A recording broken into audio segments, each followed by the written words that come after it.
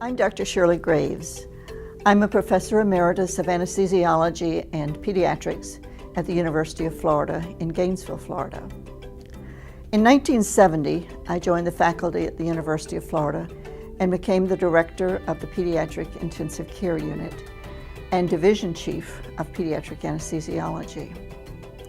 Before that, while a resident in anesthesiology at the University of Miami, I had a case that made me appreciate the value of one simple monitor, the precordial stethoscope, and the value of maintaining contact with one's patient through a simple touch.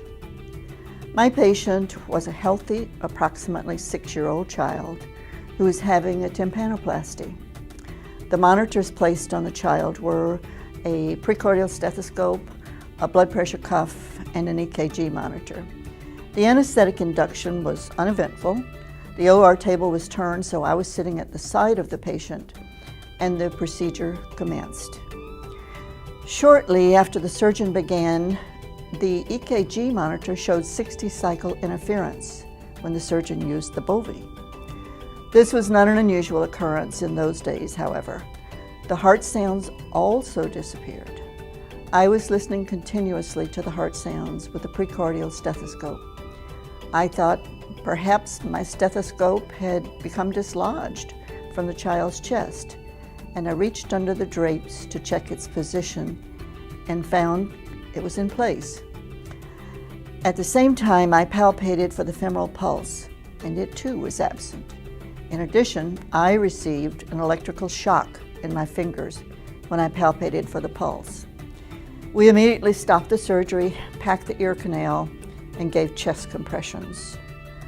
After a few compressions, the heartbeat returned, and the child was awakened with no apparent injury, with the exception of a burn under the EKG electrode.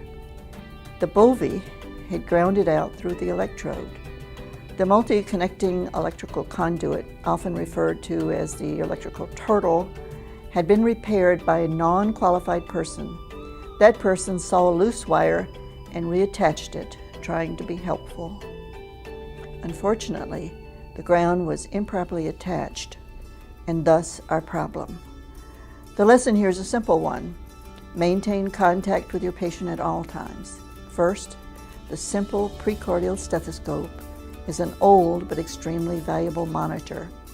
Dr. Robert Smith taught me the value of that non-electronic monitor.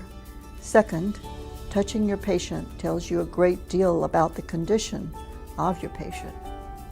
Certainly, in this case, it was shockingly valuable. If you asked me what one monitor I would always take with me, it would be that precordial stethoscope. Modern, current technology adds great safety, but can fail in some unforeseen circumstances. The stethoscope doesn't rely on electricity or have any other requirements other than an attentive person listening and recognizing problems as they occur. So, my friend is the stethoscope.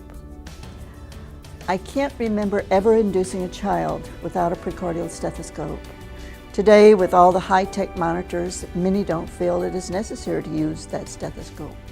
I, however, believe that instrument bridges the old and the new safety devices as we care for our patients.